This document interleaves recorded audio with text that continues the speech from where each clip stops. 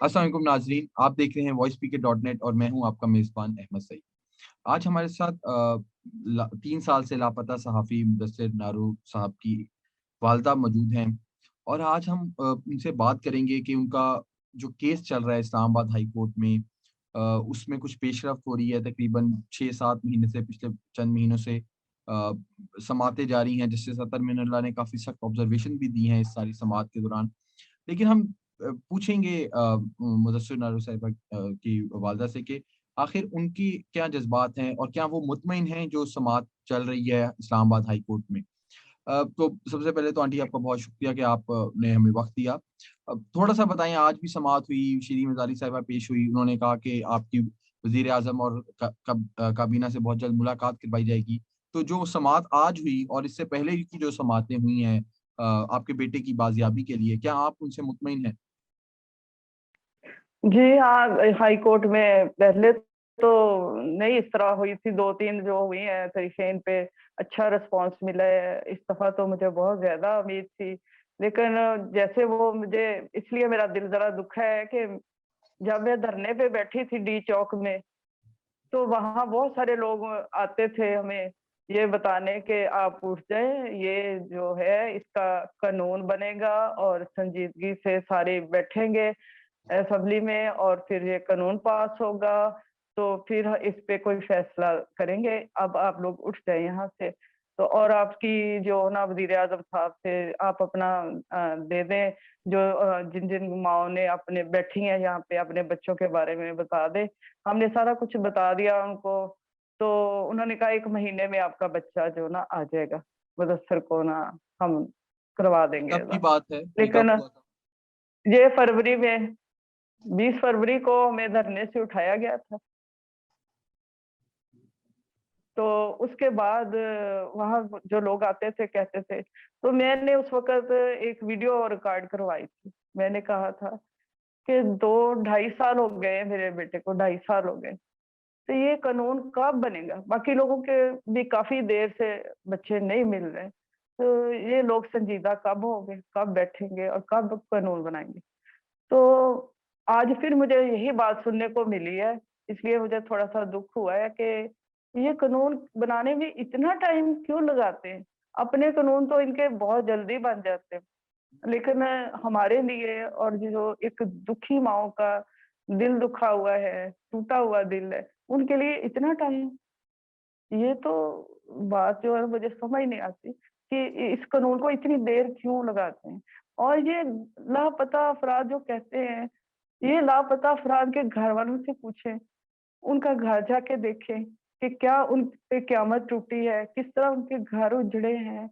और ये मैं बता नहीं सकती कि मेरे बेटे का घर किस तरह उजड़ा है। और उसके घर में मैं जो बरानी है, जिस तरह वो अपने बच्चे के साथ और अपनी बीवी के साथ खुश था, वहाँ अब उल्लू बोल रहे हैं कि दादो मेरा घर कहाँ गया? मेरा घर कैसे टूट गया है? मैं उसको क्या जवाब दूँ? मैं बहुत परेशान होती हूँ। जब मैं खुद रोती हूँ तो उसको चुप कराने के लिए मैं देखती हूँ कि मैं अपने आप को सहारा दूँ या इस बच्चे के आँसू किस तरह रोकूँ। ये वज़ीर-ए-आज़म साहब से मैंने इतनी दफ़ा अपील की है।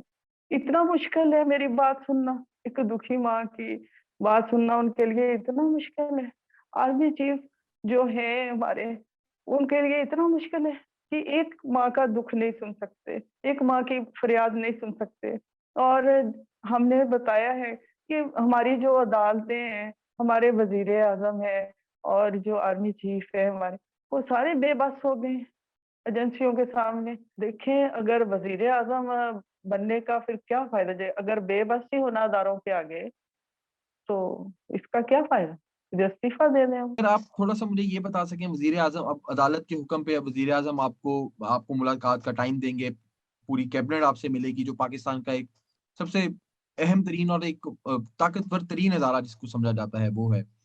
क्या उम्मीद लेके जाएँगी या क्या जी। आपकी क्या अर्ज़ी लेके जाएँगी पाकिस्तान के ताकतवर तरीन लोगों के सामने आप?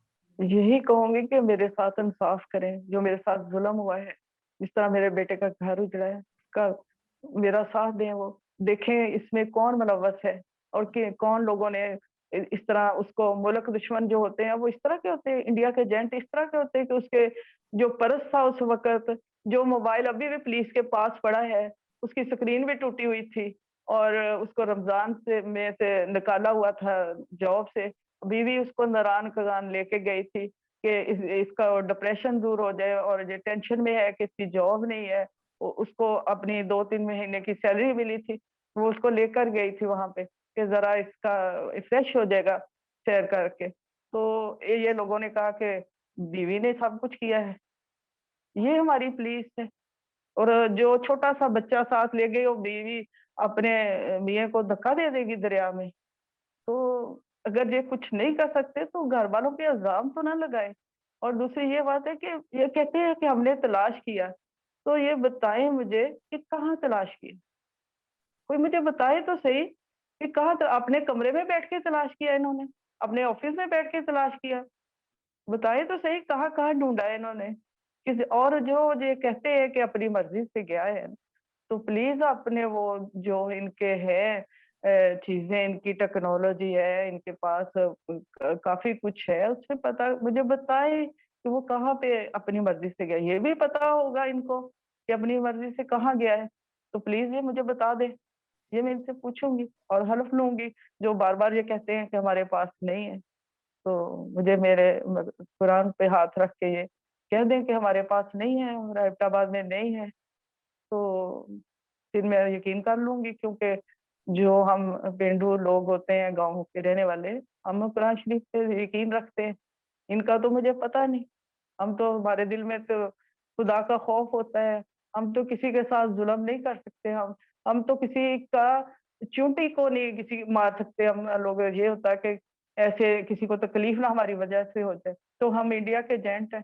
हम पता नहीं कितनी मुश्किल से मनसेरा में और कभी बालाकोट में और कभी वो नारायण में बुलाया जाता था जाते थे और कितनी मुश्किल से सारी रात सफ़र करके किस तरह जाते थे, ये हमें पता है। अब इस्लामाबाद में जाती हूँ, किस तरह हम लोग जाते हैं, किस तरह ये सारी चीज़ें अफ़ोर्ड कर रहे हैं।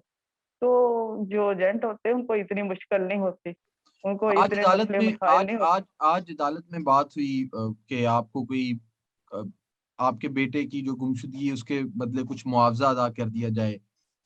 तो ये जो पेशकश की जा रही है, ये अदालत की तरफ से हुकूमत को कहा जा रहा है कि आपको कुछ रकम दे दिया जाए। क्या आप इस अमल को किस तरह से देखती हैं?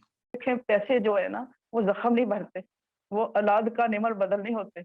माँ तो देखती है कि मेरी नज़र जो है ना बच्चे पे पड़ेगी, तो मेरी आँखें ठंडी हो जाएँगी, मेरे बच्चा मेरी गोद में सर रख के बैठेगा, तो मुझे सब कुछ मिल जाएगा।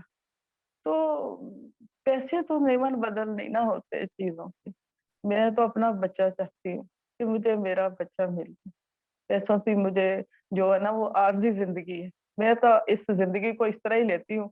मेरे जो अपने ख़्यालात हैं कि ये जो है ना टाइम थोड़ा-सा है, ये इस तरह ही गुज़र जाए, थोड़े कम पैसों में भी गुज़र जाएगा, लेकिन प्यार-मोहब्बत से अपनी औलाद आँखों के सामने होगी, तो बहुत अच्छा गुज़र जाएगा। अ, तो आपने ये है आपने कि कहा कि आपको बताया गया या आपको कहीं से इशारा मिला कि आपका जो मुदस्सिर नारो साहब हैं वो एबटाबाद में किसी जगह पे मौजूद हैं।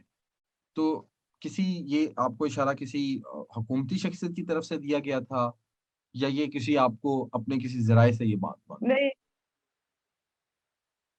अपने ज़राए से मिली है लेकिन मैंने जिस अपने ज़राए से ली है उससे भी हलफ़ लेके पूछा है। मैंने कहा ये मेरा दिल रखने के लिए है, आप ये कसम खा के अपने बच्चों की मुझे बताओ सही बात।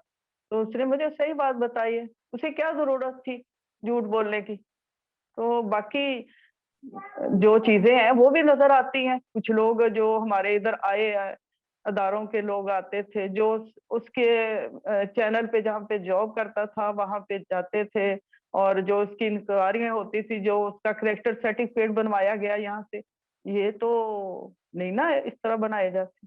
इससे बिल्कुल, तो पता आखिरी चलता ही है ना। आखिरी सवाल बिल्कुल आपसे।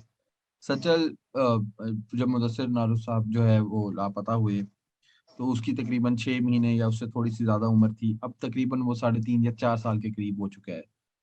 इस उम्र में आमतौर पे पाकिस्तान में बच्चे स्कूल जाने शुरू कर देते हैं, बातें करना शुरू कर देते हैं, अपने माँ-बाप को पहचानते हैं, उनके साथ सच्चल इस सारी सूरत-ए-हाल में किस तरह से ज़िंदगी बसर कर रहा है? क्या उसने स्कूल जाना शुरू किया है?